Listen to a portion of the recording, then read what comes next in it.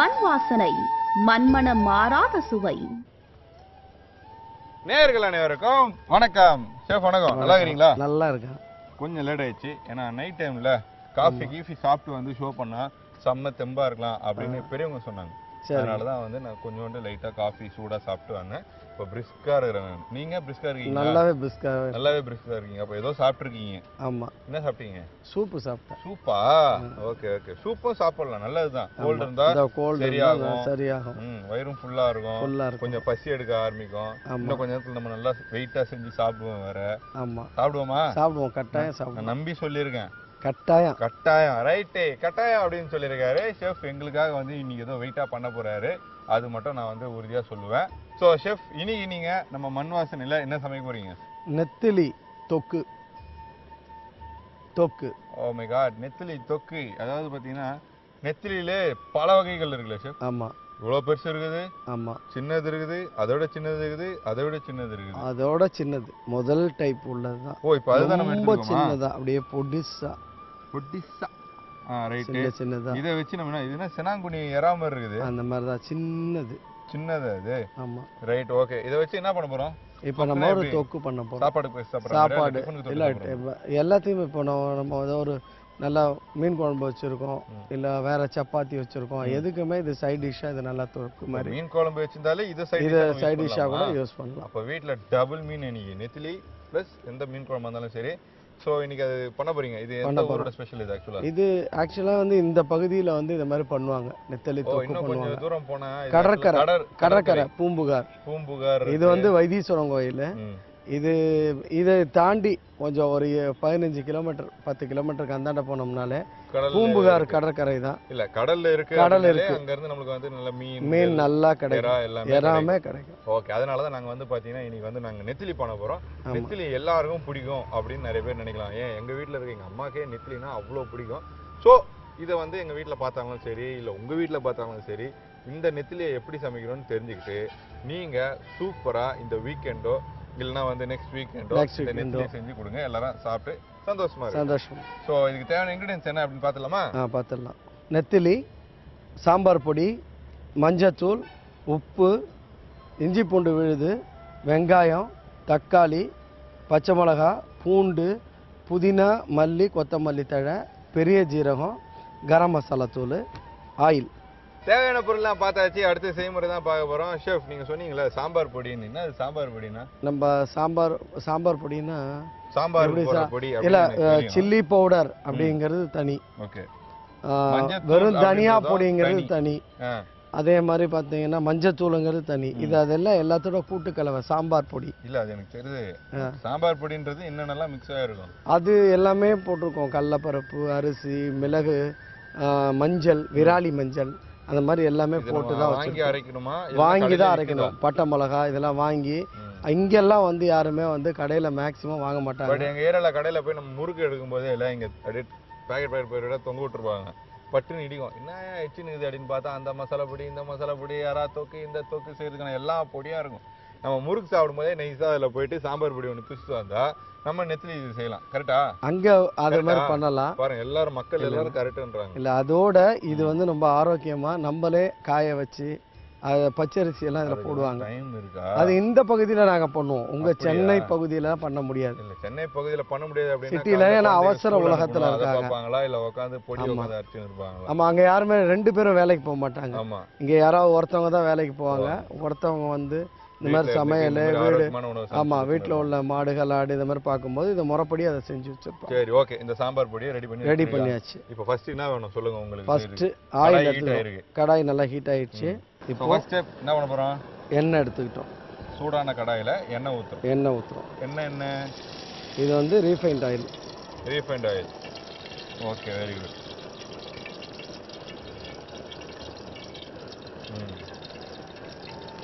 Refined oil. அதுக்கப்புறம் பெருஞ்சீரகம் போட்டு.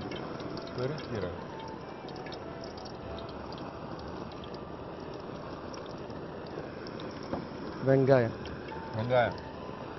போடுற மாதிரி தெரியல, திட்டுற மாதிரி இருக்கு. வெங்காயம் இன்கிரீடியன்ட் சொல்லும் போதே வெங்காயம் அப்படின்ற மாதிரி தான் இருக்கு. சின்ன வெங்காயம் இல்லாமல் இப்போ நார்மல் வெங்காயமாக ஆட் பண்ணியிருக்கோம் இல்லையா? இல்லை, இது பார்த்தீங்கன்னா சின்ன வெங்காயம் தான் போட்டுருக்கோம். போட்டிருக்கீங்களா? ஆமாம். பார்த்தா எவ்வளோ பெருசாக இருக்குது. அது அப்படியே முழுசாவே நீட்டு வாட்டத்தில் கட் பண்ணியிருக்கேன். இப்படி கட் பண்ணியிருக்கீங்க? ஆமாம், இந்த வாட்டத்துக்கு. இந்த கத்தி தானே? ஆமாம், அந்த கத்தி தான். ஸோ சின்ன வெங்காயமே நீட்டாக கட் பண்ணியிருக்கோம். அப்புறம் தக்காளி போட்டுக்கிறோம். ஓகே. சூப்பு பேச எப்படி பேச போகிறோமா இல்லையா? அப்படியே போட போகிறோம்? இல்லை, அப்படியே தான் போட போகிறோம். ஸோ தக்காளி ஆட் பண்ணியாச்சு. தக்காளி ஆட் பண்ணி அதை நல்லா குக் ஆகட்டும். நல்லா அதை எப்படி சவுக்கு வர வரைக்கும். ஆமாம். இது பேசாம வெங்காயம் தக்காளி இதெல்லாம் அரைச்சி ஊற்றினா வேலை முடிஞ்சிச்சுல? அரைச்சி ஊற்றக்கூடாது. இது வந்து தனித்தனியாக தெரியணும். தனித்தனியாக தெரியணும். அது வந்து இந்தியன் கிரேவிக்கு தான் அந்த மாதிரி பண்ணுவோம். Indian gravy. அதுக்கு வந்து அந்த பன்னீர் பட்டர் மசாலா, அந்த கிரீன் பீஸ் மசாலா, இந்த மாதிரி வெஜிடேரியனில் நம்ம பண்ணுறோம் பார்த்தீங்களா, அந்த கிரேவிக்கெல்லாம் தான் நம்ம வந்து வேலையை சுலபம் பண்ணுறதுக்காக ஈஸியாக டக்குன்னு ஹோட்டலில் வந்தோடனே அரை மணி நேரம் உட்கார மாட்டாங்க.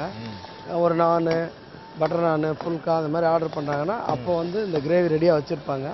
டக்குன்னு அப்படியே போட்டு கொஞ்சோண்டு வெங்காயம் தக்காளி அப்பப்போ கட் பண்ணி வச்சுருப்பாங்க. அதையும் போட்டு உடனடியாக ஒரு 10 நிமிஷத்தில் அதை கொடுத்துருவாங்க. சூப்பர். இப்போ மொத்தத்தில் பச்சை மிளகா வரைக்கும் போட்டாச்சு. நம்ம பச்சை மிளகா போட்டுட்டோம். பூண்டு போட்டுருவோம். பூண்டு வந்து இதில் நல்லா வதங்கணும். ஓகே. பூண்டோட ஃப்ளேவர் அப்படியே நல்லா உள்ள ஆமாம் இழுத்துடணும். ஓகே. சூப்பராக போட்டு வதக்கிட்டே இருக்கணும். இந்த ஏரியா செம்மையாக இருக்குது. இது பார்த்தீங்கன்னா வைத்தீஸ்வரன் கோயிலோட மெயினான என்ட்ரன்ஸ் நுழைவாயில்னு பேர். இந்த ஹோட்டல் பேர் வந்து ஹோட்டல் சம்பூர்ணான்னு பேர். சம்பூர்ணா வைத்தீஸ்வரன் கோயில். வைத்தீஸ்வரன் கோயில் சீர்காழியிலேருந்து வந்த உடனே ஃபர்ஸ்ட் என்ட்ரு இந்த சம்பூர்ணா அப்படிங்கிற ஹோட்டல் தான். இது ஒரு 8 ஏக்கர்ல இருக்குது. இதுல பெரிய லெவல்ல ஒரு ரெஸ்டாரண்ட், வெஜிடேரியன் ரெஸ்டாரண்ட் இப்போ ஓபன் பண்ண போறோம். அந்த பகுதியில ஆமா, அந்த இடத்துல அதை ஓபன் பண்ண போறோம். அதையும் நான் தான் மெயின்டைன் பண்ண போறேன். அதனால தான் இப்போ லைட் போட்டு வந்துட்டீங்களா? ஆமா, லைட் போட்டு வந்திருக்கீங்க. ஆமா. ஸோ அடுத்த வாட்டி மக்கள் வரும்போது எல்லாருமே வந்து அங்க சம்பூர்ணால நிறுத்தி நல்லா சாப்பிடலாம். நல்லா சாப்பிடலாம். என்னென்ன தேவைப்படுதுன்னு நினைக்கிறாங்களோ அதை இங்கேயே சாப்பிடலாம். வெஜ்ஜா நான்வெஜ்ஜா?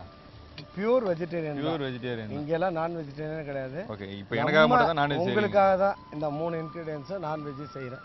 உங்களுக்கு ரொம்பவே பிடிக்கக்கூடிய அந்த 3 டிஷ்ஷுக்காக சரி ஓகே செய்கிறேன். ஸோ இப்போ நல்லா பச்சை மிளகாய் வரைக்கும் வதங்கி வச்சு அடுத்து என்ன ஆட் பண்ணுறோம்? அடுத்தது வந்து இஞ்சி பூண்டு. என்ன ஆட் பண்ணுறோம்? இஞ்சி பூண்டு விழுது. இஞ்சி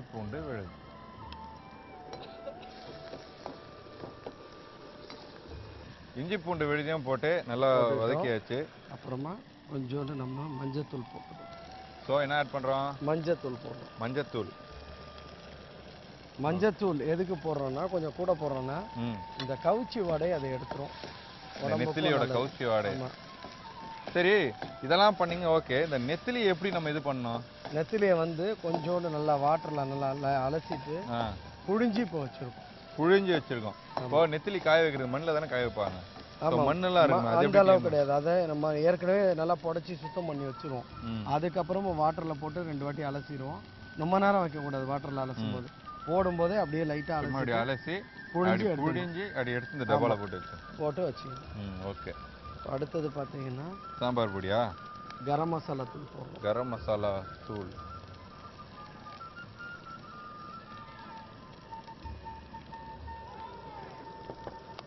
கரம் மசாலா தூள் போட்டுறோம். கரம் மசாலா தூள் ஆட் பண்ணிடுறோம். இது என்ன பொடி? இது வந்து சாம்பார் பொடி ஆட் பண்ணுறோம். ஓகே, ஆட் பண்ணியாச்சு. ஸோ ஒரு பொடியும் போட்டு நல்லா வதக்குனதுக்கு அப்புறம் தான் மற்ற மெயினான இன்க்ரீடியன்ட்லாம் ஆட் பண்ணுறோம். ஆமாம். இப்போ அந்த நெத்திலியை போட்டுறோம். நெத்திலி பண்ணுறது. ஓகே. நல்லா போடுங்க. இல்லை அது இருக்கிற எல்லா நெத்திலியும் நம்ம அதில் ஆட் பண்ணி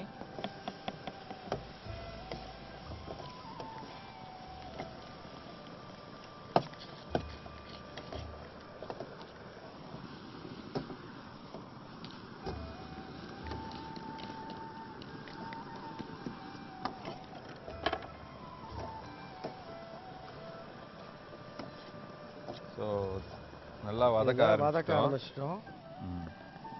உப்பு தேவையான அளவு நம்ம போட்டோம். ரைட். ஸோ நீங்கள் சொன்ன எல்லா பவுடர்ஸும் அதாவது எல்லா பொடியும் ஆட் பண்ணியாச்சு, எல்லா இன்க்ரீடியண்ட்டும் ஆட் பண்ணிட்டோம். ஸோ இதுலேருந்து என்ன தெரியுது அப்படின்னா நம்மளோட நெத்திலி தொக்கு ரெடி ஆகிட்டு இருக்கு, ஃபைனல் ஸ்டேஜுக்கு வந்திருக்கோம் அப்படின்னு. ஸோ இது எவ்வளோ நேரம் பாயில் பண்ணோம் இந்த மாதிரி? ஒரு 10 நிமிஷம், 10 நிமிஷத்துக்குள்ளேயே போதும்.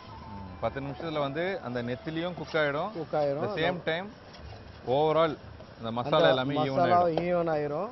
இதில் உள்ள அந்த ஸ்மெல் நீச்சி வாடையும் போயிடும். கொஞ்சம் ஆயில் மேலோட்டமாக ஆயில் ஊற்றுறோம். எதுக்கு ஷெஃப் ஆயில் இப்போ ஊற்றுறோம்? இன்னும் கொஞ்சம் நல்லா குக் ஆகும். இன்னும் நல்லா குக் ஆகும். ஓகே. ஸோ இது குக் ஆச்சுன்னா ரெடியா? ஆமாம். வேறு எதுவும் ஆட் பண்ணுறதுக்கு இல்லை? ஆமாம், வேறு எதுவும் வேண்டாம். பார்த்தீங்களா, மண் வாசனை அப்படின்னாலே அந்த ஊரோட ஒரு எப்படி சொல்கிறது, ஒரு பெஸ்ட் சிக்னேச்சர் அப்படின்னு கூட சொல்லலாம் ஃபுட்டில். ஸோ அந்த வகையில் நீங்கள் நம்ம ஷெஃப் வந்து சீர்காழியோட ஒரு சூப்பரான டிஷ் ஒன்று பண்ணியிருக்காரு. அதுக்கு பேர் என்ன அப்படின்னு பார்த்தீங்கன்னா நெத்திலி தொக்கு அப்படின்னு சொல்லி. நெத்திலி தொக்கு அவர் எப்படி ரெடி பண்ணார் அப்படின்றத பார்த்துருவீங்க. பட் இருந்தாலும் சில பேர் அச்சோ இப்போ தானே நான் மண் வாசனை ஷோவே பார்க்க ஆரம்பித்தேன் அப்படின்னா கவலைப்படாதீங்க. ரீகேப் அப்படின்ற ஒரு செக்ஷன் இருக்குது, அதில் அவர் எப்படி செஞ்சார் அப்படின்றத திருப்பி சொல்லுவார். அதை ஈஸியாக நோட் பண்ணிட்டாலே இந்த வாரம் நீங்களே நெத்திலி தொகை செய்யலாம். ஸோ ஆல்மோஸ்ட் ரெடியானது இது அழகாக டிஸ்பிளே எடுத்து வைக்கிறோம், மற்றதை பார்க்கலாம்.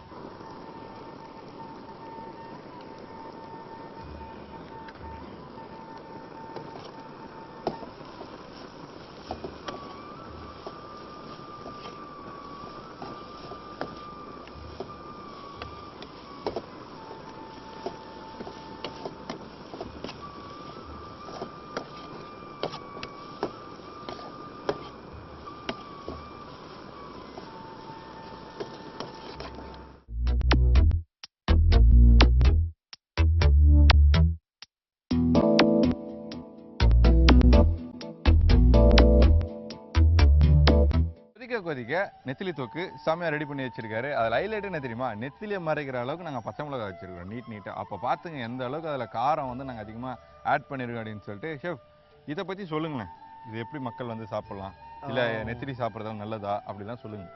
இப்போ பார்த்தீங்கன்னா சிக்கன் அப்படின்னு எடுத்துட்டாலே பாய்லர் சிக்கனை தான் இப்போ மேக்சிமம் சிட்டி பகுதியும் இல்லை, ஒரு 70% பாய்லர் சிக்கன் தான் எடுத்துக்கிறாங்க. அதுவே முதல்ல உடலுக்கு வந்து கேடு. அது மாசத்துல ஒரு நாள் சிக்கன் ஆசைப்படுறதுனால அதை சாப்பிடலாம். ஓகே, அது பிராய்லர் கோழின்றது எல்லாருக்கும் தெரியும், சீக்கிரமா வளரக்கூடிய ஒரு கோழி வகை அப்படின்னு சொல்லிட்டு அதுக்கு இன்ஜெக்ட் பண்ணலாம், இல்ல ஃபுட்ல வந்து பாத்தீங்கன்னா ஸ்டெராய்ட்ஸ் மாதிரி என்னென்னலாம் ஆட் பண்ணலாம். பட் நம்ம அது கிடைக்குதுன்னு சொல்லிட்டு கடகடன்னு வாங்கி அதில் பண்றோம் சாப்பிட்டு. பட் குழந்தைங்களோட பாத்தீங்கன்னா பெண் குழந்தைங்களோட வளர்ச்சி ஓவரா இருக்குங்கிறாங்க. ஆமா, இப்போலாம் ஒரு 10 வயசுலயே பாத்தீங்கன்னா அவங்க வந்து 18 வயசு பொண்ணு மாதிரி இருக்கு, அந்த மாதிரி ஆயிடுறாங்க. இதை மாதிரியான அந்த சிக்கன் மாதிரி இந்த பாய்லர் இது மாதிரி இதெல்லாம் எடுக்காம நாட்டுக்கோழியில எவ்வளோ வேணா அவங்க சாப்பிட்டுக்கலாம், அந்த மாதிரி செய்யலாம்.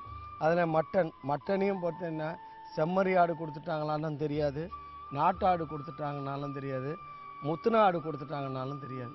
இது எதுவுமே தெரியாது. சாப்பிடும்போது தான் தெரியும், சாப்பிடும்போது தான் நமக்கு கஜக்குன்னு அந்த கடிப்படுறது தெரியும். இப்படியெல்லாம் இல்லாமல் இந்த மாதிரி ஷீ ஃபுட், ஓகே, இந்த மீன் வகைகள் சாப்பிட்டா கண்ணுலேருந்து உடம்போட ஸ்கின்னுலேருந்து உடம்பை வந்து நல்லா அருமையாக பாதுகாக்கக்கூடியது மீன் வகைகள் மட்டும்தான். இதை சாப்பிடும்போது அவங்களோட உடல் ஆரோக்கியம் ரொம்ப நல்லாவே இருக்குது, சைடு எஃபெக்ட் எதுவுமே கிடையாது. அதே மாதிரி தான் நம்ம இன்க்ரீடியன்ஸ் எல்லாம் சேர்க்குறோம். மீன் எப்படி சேர்த்தாலும் உடம்புக்கு எப்போதுமே நல்லது. சூப்பருங்க. ஆடு வந்து பார்த்தீங்கன்னா நம்ம சாப்பிட்டதுக்கு அப்புறம் தான் தெரியுது ஒருவேளை இந்த ஆடா அந்த ஆடான்னு சொல்லிட்டு. இல்லைனா கோழி வந்து பார்த்தீங்கன்னா இந்த மாதிரி மருந்தெல்லாம் கொடுத்து சீக்கிரமாக வளர்க்க வைக்கிறாங்க அந்த மாதிரிலாம் சொல்லிட்டு. ஆனால் மீன் கடல் சார்ந்த உணவுகள் எதுவுமே வந்து பார்த்தீங்கன்னா எந்த ஒரு பவுட்ரோ இல்லை எந்த ஒரு இன்ஜெக்ஷனோ எந்த ஒரு ஸ்டெராய்டோ ஆட் பண்ணாமல் இயற்கையாக அது வந்து உணவு உண்டு. அது வந்து பார்த்தீங்கன்னா அதை நம்ம பிடிச்சி நம்ம அதை சாப்பிட்றோம். ஸோ அது கண்டிப்பாக ஒரு ஹெல்த்தியான ஒரு விஷயம் தான் ஃபிஷ் அப்படின்றது அப்படின்னு நம்ம ஷெஃப் சொல்லியிருக்காரு. ஸோ கண்டிப்பாக மீன் பிடிக்கும் அப்படின்னு சொல்கிறவங்க, இல்லை எனக்கு சிக்கன் பிடிக்கும் நான் மட்டன் பிடிக்குன்றவங்க கொஞ்சம் இந்த சைடு வந்து சாப்பிட்டு பாருங்கள் எப்படி மீன் வகையில் எப்படிலாம் இருக்குது அப்படின்னு சொல்லிட்டு சாப்பிட்டு பார்த்து என்ஜாய் பண்ணுங்கள். ஸோ இன்றைக்கி நம்ம மண் வாசனை ஷோவில் நம்ம ஷெஃப் உங்களுக்காகவே நெத்திலி தொக்கு ரெடி பண்ணியிருக்காரு. சீர்காழியில் ரொம்பவே ஸ்பெஷல் அப்படின்னு சொல்லியிருக்காரு. ஸோ இதுக்கப்புறம் எல்லாரும் வீட்டில் செஞ்சு அவங்க வீட்டில் ஸ்பெஷல் ஆகிடும். ஸோ இன்றைக்கி எங்கள் மக்களுக்காக நீங்கள் வந்து உங்கள் ஊரில் இருந்துக்கிட்டு நெத்திலி தொக்கு செஞ்சு கொடுத்துருக்கீங்க. ஸோ அவங்க சார்பாக உங்களுக்கு வாழ்த்துக்கள். நன்றி. நெத்திலி தொக்கு சரி எப்படின்னு ரீகேப் சொல்லுவார், கேளுங்க. கடாய் எடுத்துக்கிறோம், கடாயில் வந்து ஆயில் ஊற்றிக்கிறோம். ஆயில் ஊற்றின பிற்பாடு பெருஞ்சீரகம், வெங்காயம், தக்காளி இது போட்டு நல்லா வதக்கிறோம். அதுக்கப்புறம் பச்சை மிளகா போட்டு நல்லா வதக்குறோம்.